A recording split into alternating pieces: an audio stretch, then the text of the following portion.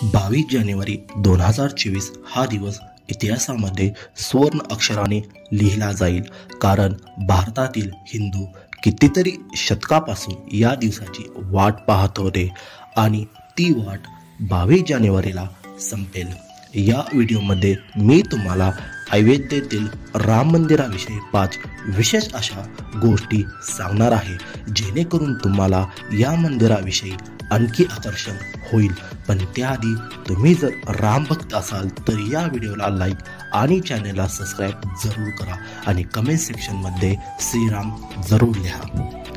Number 5, अयोध्येतील राम मंदिर हे भगवान विष्णू त्यांच्या 10 प्रमुख अवतारापैकी 7वा अवतार श्रीराम यांचे आहे।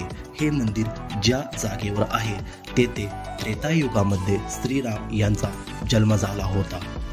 नंबर 4, 15व्या शतकामध्ये बाबरने मोठ्या प्रमाणामध्ये हिंदू मंदिरे उद्ध्वस्त केली, त्यापैकी हे अयोध्येतील राम मंदिर देखील होते।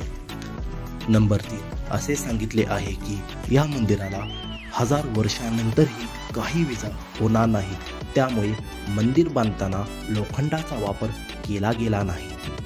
नंबर 2, मंदिर 3 मजली असून प्रत्येक मजल्याची उंची सरासरी 20 फूट आहे। त्या मंदिरामध्ये एकूण 44 दरवाजे तसेच 392 खांब देखील आहेत। नंबर 1, दरवाजे आणि चौकटीसाठी जे लाकूड वापरण्यात आले आहे ते महाराष्ट्रातील गडचिरोली जंगलामधील सांगवान हे आहे। या लाकडाला ऊन, पाऊस, वारा याचा काहीही परिणाम होत नाही, तसेच या लाकडाला कीड देखील लागत नाही। मित्रांनो, तुम्हाला जर हा व्हिडिओ आवडला असेल तर तुमच्या मित्राला जरूर हा व्हिडिओ शेअर करा। थँक्यू, धन्यवाद।